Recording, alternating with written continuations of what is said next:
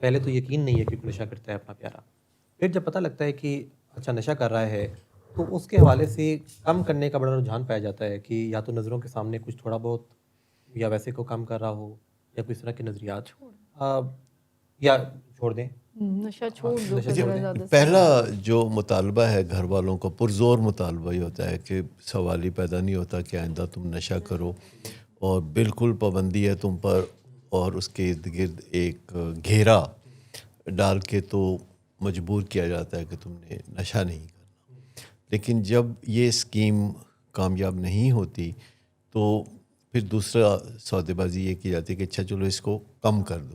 یہ کہا جاتا ہے کہ اس جگہ گھر میں آ کے نہ کیا کرو، اور ایک اس کے ساتھ پھر جب اس سے بھی گزارا نہیں چلتا تو پھر یہ ہوتا ہے کہ اچھا چلو کچھ کام دھندہ بھی تو کیا کرو، مصروف کر دیتے ہیں اس کو، کیونکہ ان کا خیال ہوتا ہے کہ یہ چونکہ فرصت میں ہے تو اس وجہ سے نشہ کرتا ہے۔ یہ ایک بہت بڑی مت ہے، غلط فہمی ہے کہ لوگ اس وجہ سے نشہ کرتے ہیں کہ وہ فرصت میں ہے۔ ایکچولی نشہ کرنے کے بعد ویسے ہی کام کرنے کو دل نہیں کرتا، کیونکہ آپ اچھا محسوس کر رہے ہوتے ہیں۔ کام دھندہ انسان اسی لیے کرتا ہے کہ اس کا کوئی فائدہ ہو یا اچھا محسوس کرے۔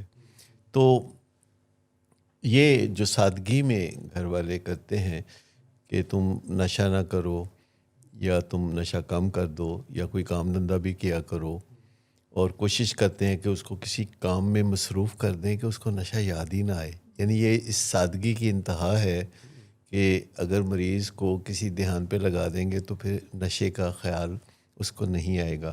یہ ایسی ہی بات ہے جیسے کسی کو کہا جائے کہ تم کھانسی نہ کرو یا کم کھانسی کرو، یا تم بخار وامٹنگ نہ کم کر کرو، لو، یا تم اپنے بخار اتار لو، یا تم اپنا بلڈ پریشر ٹھیک کر لو۔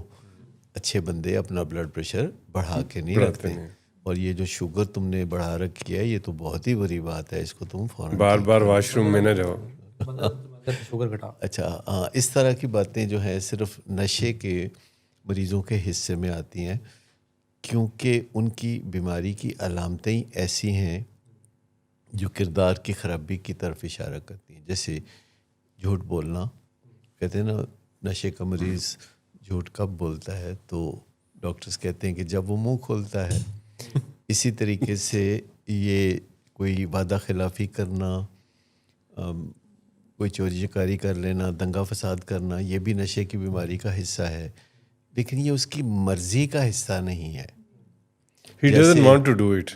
یہ جیسے وامٹنگ کسی کی مرضی نہیں ہوتی یا بخار بھی کسی کی مرضی نہیں ہوتی، تو یہ جو کچھ بھی نشے کا مریض کرتا ہے یہ اس بیماری کی وجہ سے۔ مرضی اس میں کوئی بنیادی طور پر شامل نہیں ہوتی۔ اس کے اندر جو بیالوجی ہے، جو دماغی حالات ہیں، وہ کچھ اس نوعیت کے ہو جاتے ہیں کہ جس میں یہ سب کچھ اس سے ہو جاتا ہے اور انوالنٹریلی ہو جاتا ہے۔ جھوٹ بولنا، کوئی چھوٹا موٹا چوری چکاری، دنگا فساد، مار کٹائی، منت سماجت، یہ سارا کچھ جو ہے وہ اس کی بیماری کی وجہ سے ہوتا ہے۔ یعنی اس کی جو بیماری کے پیچھے وجوہات ہے، جو پیتھولوجی ہے پیچھے، یہ وہاں سے ابھرتا ہے۔ جیسے ہر بیماری میں جو علامتیں ہیں وہ اس کی پیتھولوجی سے ہی ابھر رہی ہوتی ہیں۔